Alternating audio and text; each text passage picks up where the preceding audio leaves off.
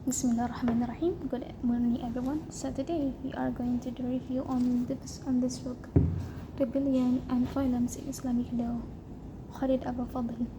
And this book was first published in 2001. So maybe to start this discussion, to start this review, actually not review, but I just want to conclude what I read from this book. So there are some questions that come to my mind. The first is rebellion allowed in Islam? And also second, is rebellion considered a sin or not? And also the third one, who are actually the rebels? Are the Khawarij rebels? Are Umayyad rebels? So yeah, how to classify that someone or some groups as rebels. So I think this book will answer my questions through its chapters. So actually this book consists of 8 chapters. There are 8 chapters, but I will focus only on the 5th chapter, the spread of Islamic law of rebellion from the 4th or 10th to the 5th or 11th centuries. Okay, so before we go further to discuss what actually inside the 5th chapter, I will start with the main argument of this book. So the primary focus on this study will be debates among Muslim jurists on the idea of rebellion and on the way rebel was understood, constructed or deconstructed. So through its chapter, especially the 5th chapter, we will see the development of ahkām al-bughat among Islamic scholars, Shafii, Hanafi, Hanbali, Maliki, Zahiri, and also Shi'i. Okay, to begin with, let's start with Shafii first. So, okay, actually Abou Fadl says in the verse before explain those Islamic school of thought, he says that Shafii consolidated and expanded doctrinal, Hanbali borrowed and adapted Shafii. They only contribute new after a few centuries later, and Hanafi proposed new thing, but their doctrinal is less tolerant, and Maliki continued but ambivalent. So yeah, we will start with Shafii. The first, in this book, Abou Fadl provides us some Shafii jurists.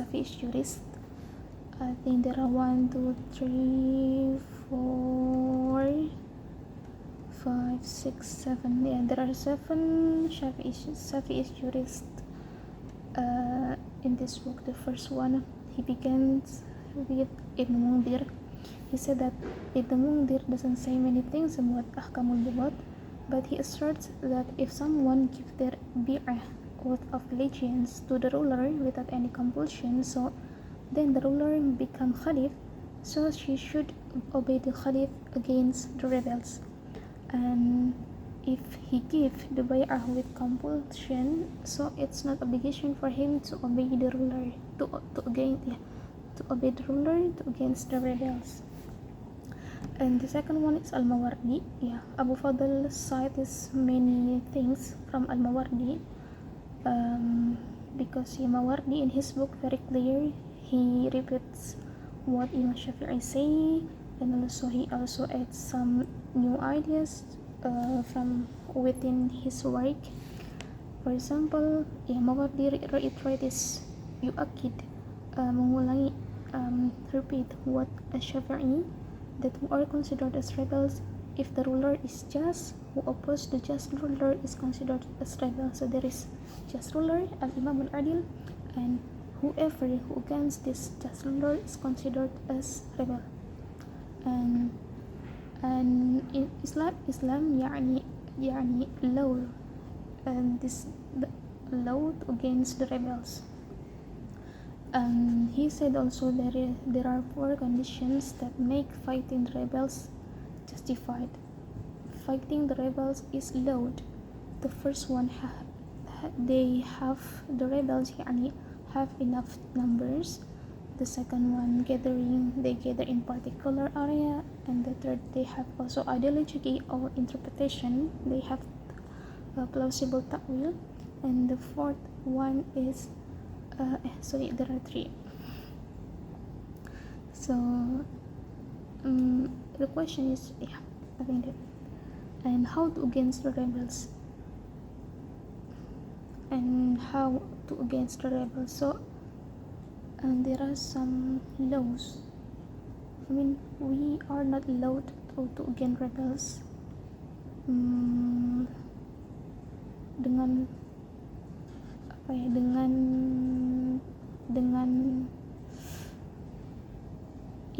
maksudnya when we against rebels, there are many rules that we should obey. For example,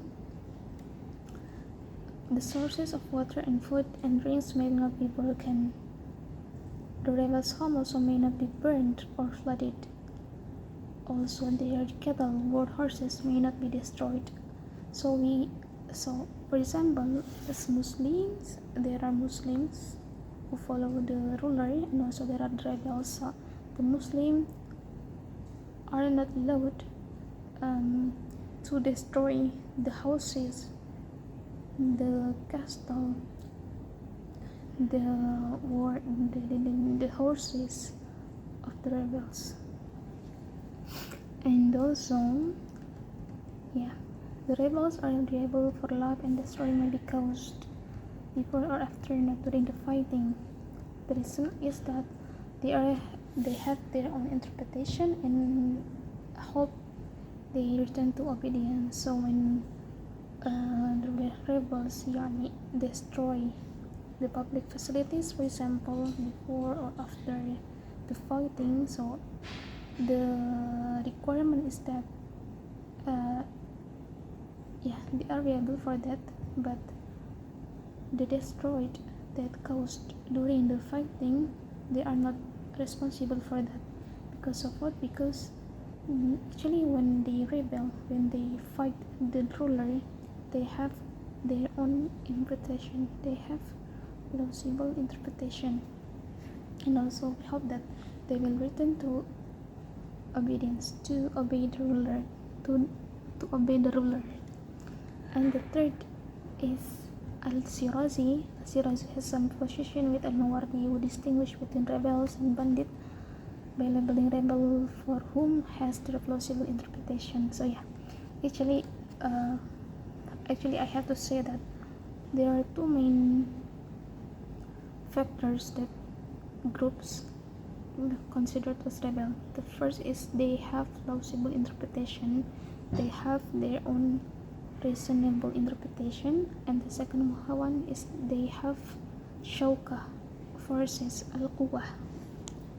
So in this sense, al-Shirazi has same position with al-Mawardi, who distinguish between rebels and bandits. So bandit, they don't have interpretation, but rebels have this interpretation. And when they win such as territory, but they don't have the plausible interpretation, so their legal act never been recognized, they are bandits. They are bandits.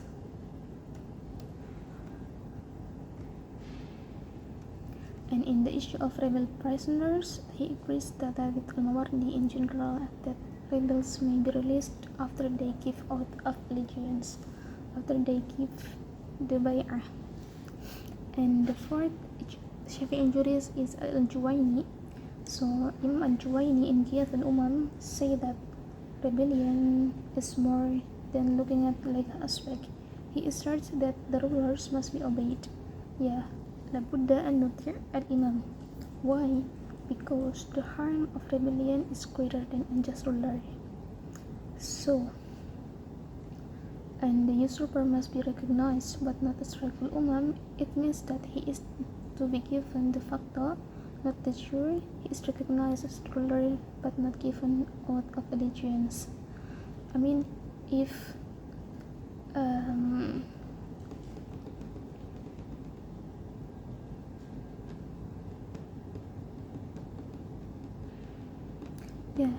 the important thing is that if there is the ruler, we have to obey them, even he is unjust ruler, because being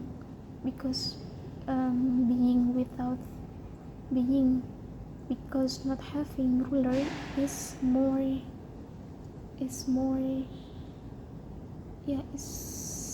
worse than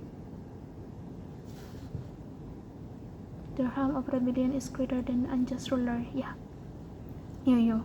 Okay, so Imam al-Juwayni preferred to obey the ruler even he is unjust ruler, because if we fight the ruler, if we are become the rebels, the harm may cause from the rebellion is greater than unjust ruler. Okay, and even the usurper must be win the territory, for example. So he is to be given de facto but not de jure. I mean, he is recognized as the ruler but not given oath of allegiance. Those explanations from the fourth Shafii jurists show that Shafii jurists consider rebels are not evil, they are not sinners, and they treat them with tolerance. Okay. But when we come to Imam al-Ghazali, we will see the difference. In contrast, Imam al-Ghazali seems to be less tolerant to rebellion, but not in absolutic way. Imam al-Ghazali gives an example of rightful Imam from Abbasid dynasty, Abbasid caliph, that's al-Mustazhir billah.